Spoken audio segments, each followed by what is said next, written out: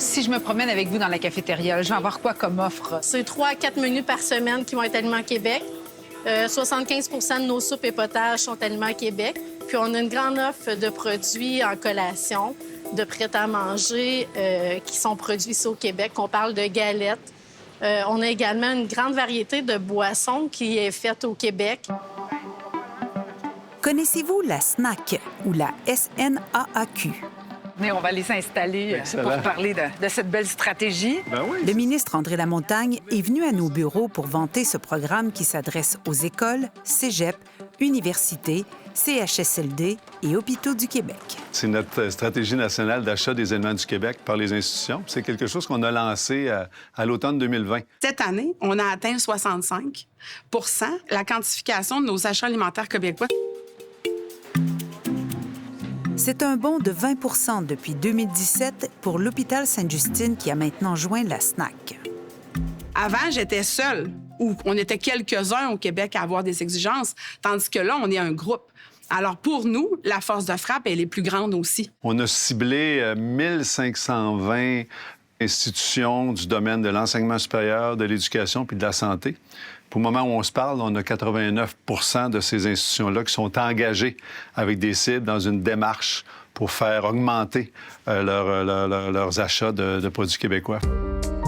Ça fait beaucoup de monde. C'est l'Institut de tourisme et d'hôtellerie du Québec qui a été mandaté pour les accompagner dans leur démarche. On va leur fournir tout un plan d'action élaboré qui va vraiment leur permettre d'atteindre leur cible. Quels changements ils doivent faire? Quels aliments ils peuvent remplacer? Quelles proportions? L'Université du Québec à Montréal, qui faisait déjà figure de bon élève, participe activement à ce projet. On nous a annoncé qu'on avait un pourcentage de 63 qui est une excellente cible. Donc, la moyenne des universités se situe à 44,5 Donc, on est haut la main au-dessus de la moyenne. Ils veulent se doter d'une cible là, qui est vraiment ambitieuse. Le travail n'est pas terminé, puis il y a toujours lieu de pérenniser, parce que l'offre évolue aussi. Ils ont tous nos achats. Ils vont cibler des produits à gros volume. Puis ils vont nous dire, exemple, si tu changes ton huile de canola pour une Québécoise, tu vas aller chercher 1 Si tu changes telle protéine, tu peux aller chercher 0,5 Puis des recommandations des alternatives québécoises. On a différents outils qui nous permettent d'aller nous faire une nouvelle cible pour 2024 qu'on s'est mis à 72 Un programme qui a un impact et qui dépend en même temps de toute la chaîne d'approvisionnement. Est-ce qu'il faut que les entreprises répondent aux besoins d'institutions? Je pense que oui. Est-ce que la SNAQ va nous permettre de créer ces maillages-là? Oui. On a nos institutions publiques là, qui, d'une façon systématique, augmentent leurs achats de produits québécois.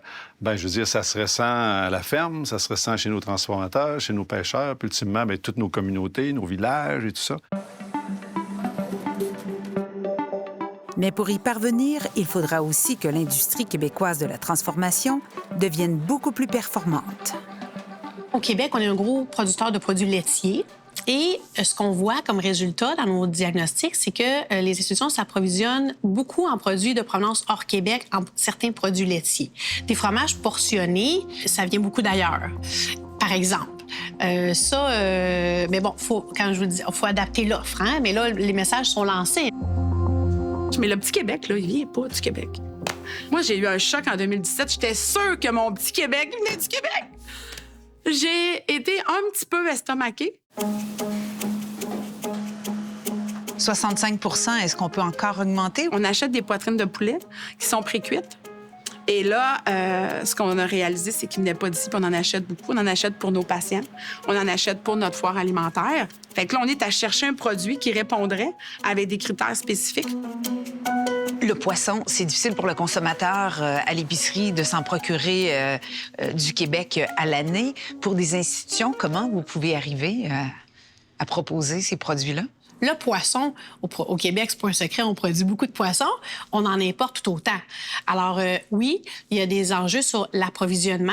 Pour le poisson, c'est pas très réaliste pour notre réalité à nous parce qu'on veut offrir des plats qui sont de qualité mais qui sont abordables parce que nos principaux clients, c'est des étudiants. Donc, il faut offrir une offre qui est économique, On a changé certains produits, comme notre margarine, qu'on ne savait pas qu'il y avait une alternative québécoise de disponible.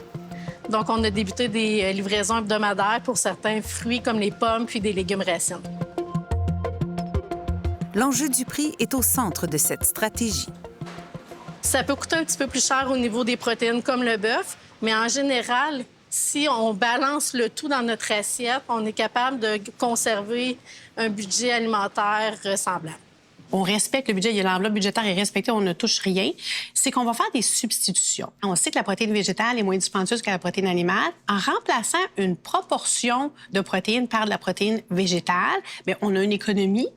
Sainte-Justine, par exemple, on le sait, hein, c'est un établissement qui fait beaucoup d'efforts depuis longtemps. Bien, ils ont commencé avec un projet à intégrer la fameuse légumineuse sèche. On est un grand producteur de légumineuses et sous sa forme sèche, est extrêmement économique. C'est facile hein, à intégrer dans les plats. On n'offre plus de sirop de table, nous, ici. Aux patients, ils n'ont que du sirop d'érable. Il coûte un petit peu plus cher, on s'entend? Je dirais x7 ou x8 qu'un beau petit sirop de table, mais c'est un choix qu'on a fait.